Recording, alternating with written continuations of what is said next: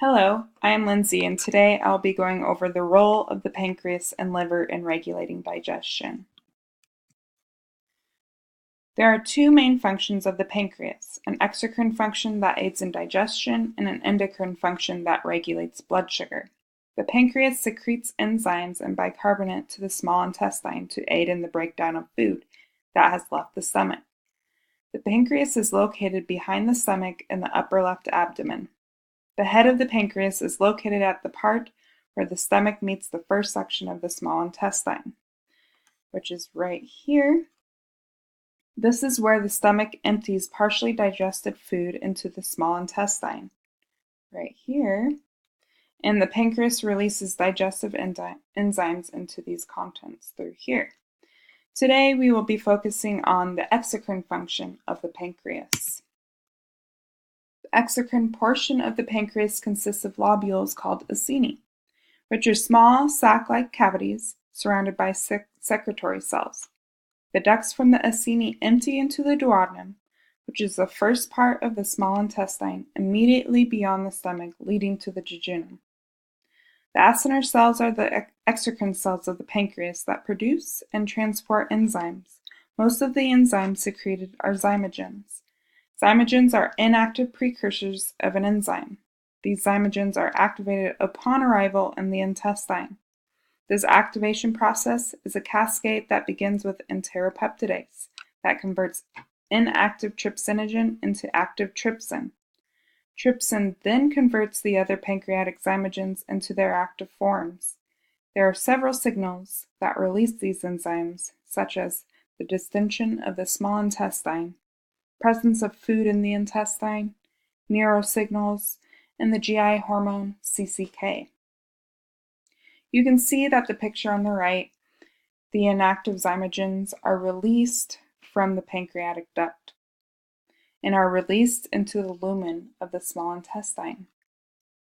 Trypsinogen is converted into trypsin by enteropeptidase, which is in the brush border of the intestinal mucosa. Then trypsin activates other zymogens into their activated forms. Pancreatic enzymes enter into the intestine in a watery fluid that also contains bicarbonate, which is what we are going to talk about next. Duct cells of the pancreas secrete bicarbonate solution. Bicarbonate secretion neutralizes gastric acid entering from the stomach and provides an optimal pH environment for digestive enzymes to function in the duodenum. Pancreatic bicarbonate secretion increases in response to ingestion of a meal. Bicarbonate production requires high levels of the enzyme carbonic anhydrase. By indirect active transport, chloride enters the cell and leaves the apical side through a cystic fibrosis transmembrane conductance regulator channel, also known as CFTR channel. Chloride then re-enters the cell in exchange for bicarbonate. The leaky junctions allows paracellular movement of water and ions.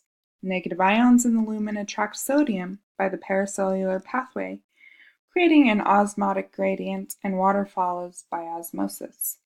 The net result is secretion of a watery sodium bicarbonate solution. Cystic fibrosis is a hereditary disease that affects the digestive system and the lungs. Patients with cystic fibrosis have an abnormal bicarbonate secretion due to the CFTR channel being absent or defective. Thus, these patients cannot secrete chloride and fluid, but the goblet cells continue to secrete mucus. This results in thick mucus that clogs the pancreatic ducts and prevents the digestive enzymes to be secreted into the small intestine. CFTR channels are also found in the lungs. In cystic fibrosis, the fluid clogs the mucociliary escalator with thick mucus. The escalator is the major defense mechanism that protects the lungs, and when this is clogged, it causes recurrent lung infections that tend to be life-threatening in these patients. As you can see, the pancreas is very important in regulating digestion, and when the pancreas isn't working at its optimum, it can cause problems. The liver is also very important in regulating digestion. The liver is located in the upper right-hand portion of the abdominal cavity, beneath the diaphragm, and on top of the stomach, right kidney, and intestine. The role of the liver in digestion is to process the nutrients absorbed from the small intestine. Bile from the liver cells are secreted into the small intestine and plays an important role in digesting fat. Also, the liver is the body's chemical factory. It takes the raw materials absorbed by the intestine and makes all the various chemicals the body needs to function. Bile is a non-enzymatic solution secreted from hepatocytes. The key components of bile are bile salts, which facilitate enzymatic fat digestion, bile pigments such as bilirubin, and cholesterol, which is excreted in the feces. Drugs and other foreign substances to the body, known as xenobiotics, are cleared from the blood by the liver and excreted in bile. Bile salts, which act as detergents to make fats soluble during digestion, are made from steroid bile acids combined with amino acids. Bile secreted by hepatocytes travels in a hepatic duct to the gallbladder, which stores and concentrates the bile solution.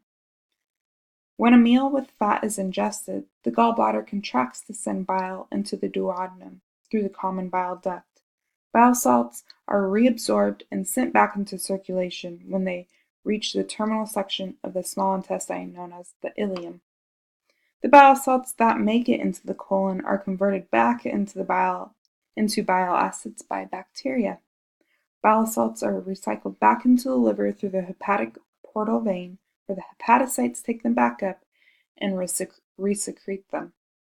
This recirculation of bile salts is important to fat digestion because the body must cycle bile salts 2 to 5 times per meal. Bilirubin and other waste secreted in bile cannot be reabsorbed and are excreted in the feces. When there is a chemical imbalance, gallstones can form in the gallbladder, and these are made up of cholesterol, bile pigments like bilirubin, and calcium salts. These gallstones can cause severe pain and block the bile duct. If the gallstones are too large to pass or causing health problems, the gallbladder is surgically removed. Normal digestion is possible without a gallbladder.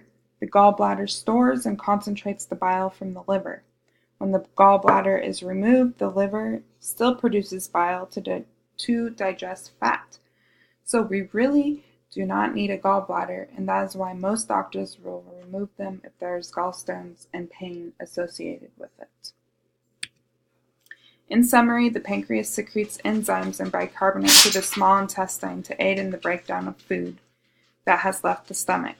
The liver processes nutrients absorbed from the small intestine, and bile from the liver cells are secreted to aid in the digestion of fat.